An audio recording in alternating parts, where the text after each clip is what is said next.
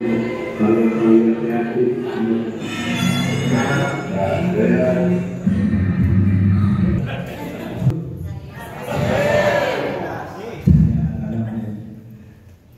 masih bersemangat? Kalau sudah habis nasi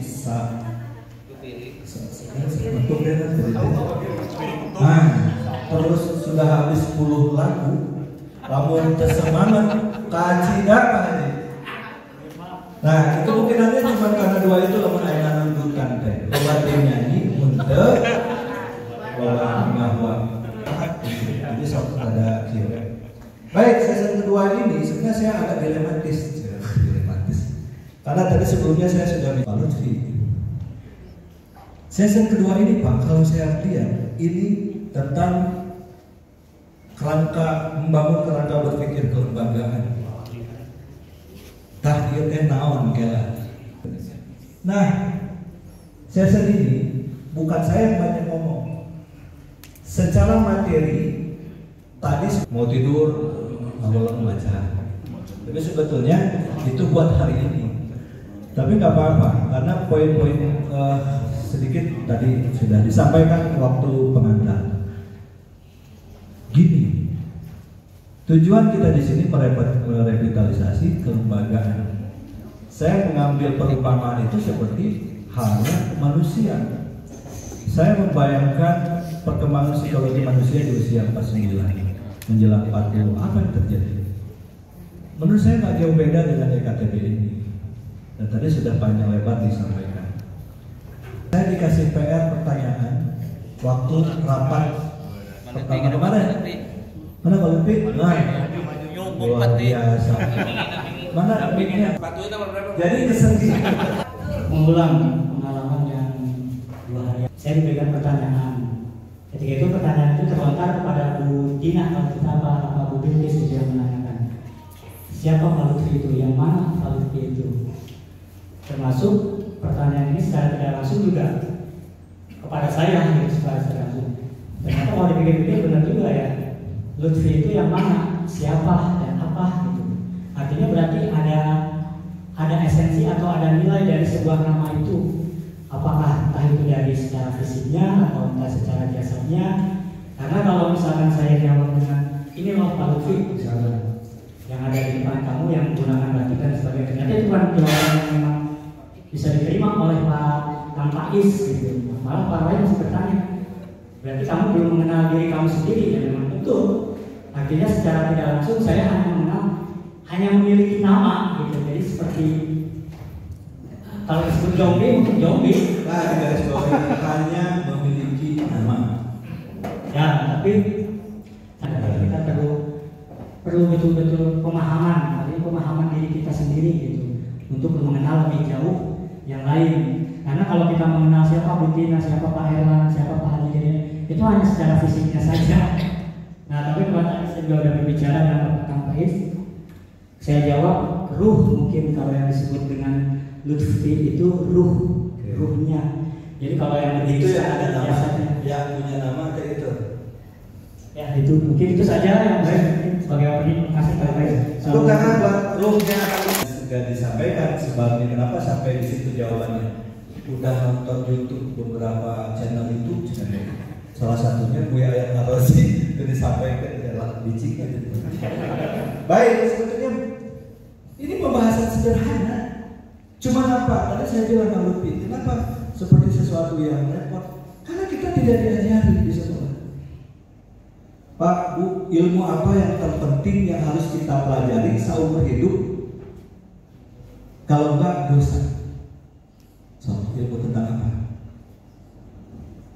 Bukan, namun ilmu apa yang wajib kita tahu, kita pelajari seumur hidup? Kudu lamun teu cilaka 12 pas. Ilmu apa? Ilmu umum teuing atuh.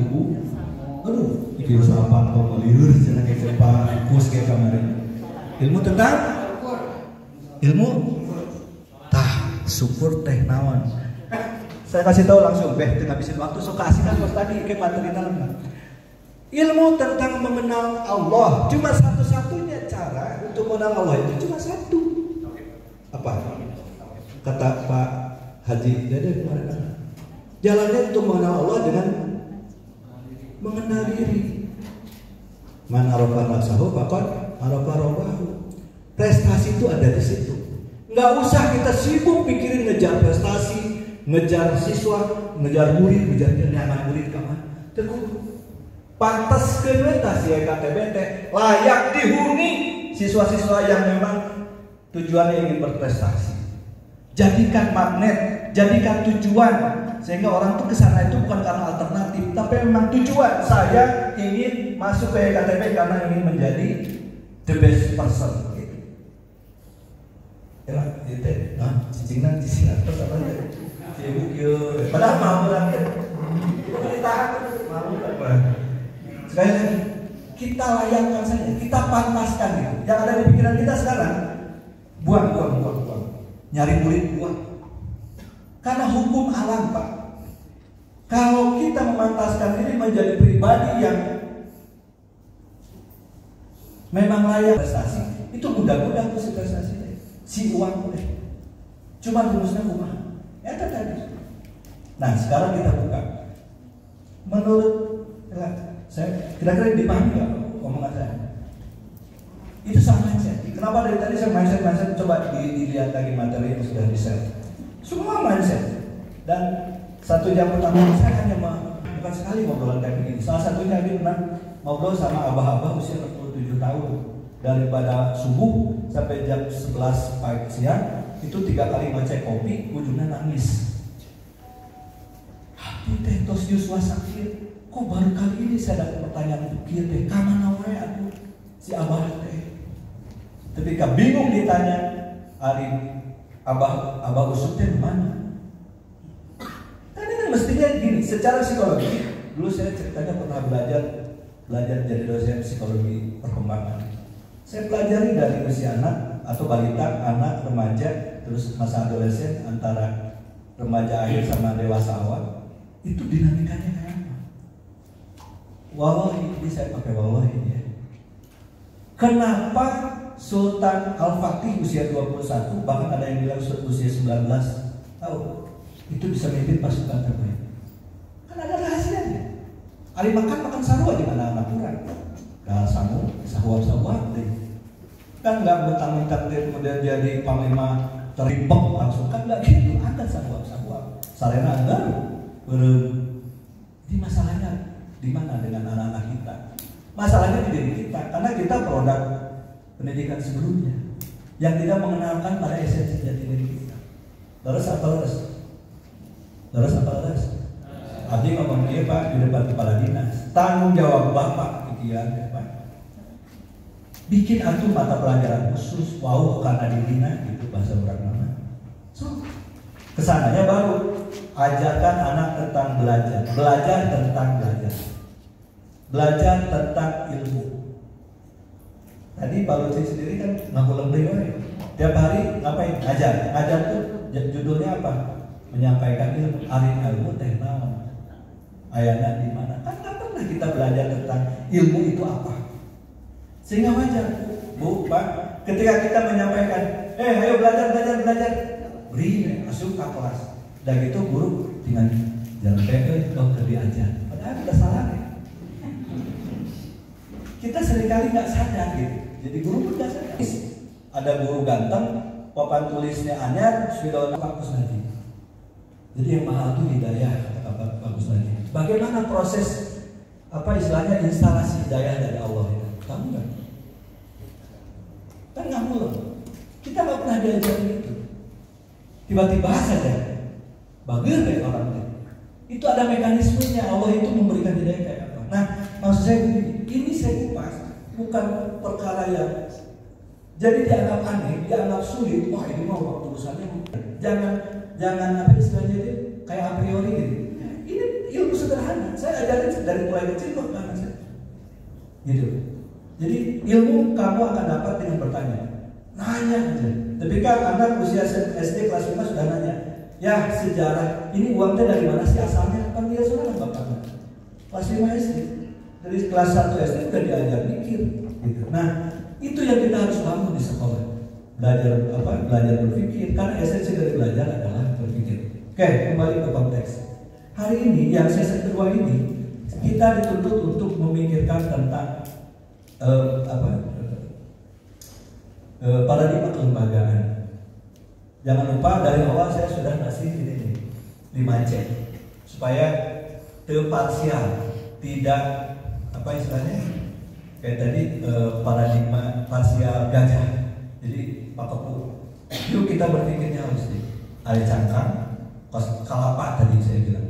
Ada cangkang, ada sabut kelapanya, ada batoknya, ada dagingnya, ada cipatnya. Nah itulah kelapa. Nah, gunakan paradigma itu untuk melihat si EKTB ke depan. Bisa dipahami ya? Gitu. Nah, saya ingin simpulkan gini Pak Lutfi, dia tong bingung deh. Saya mau kasih clue aja untuk mengenal siapa kita, dan itu menjadi patokan untuk melihat siapa EKTB. Saya kasih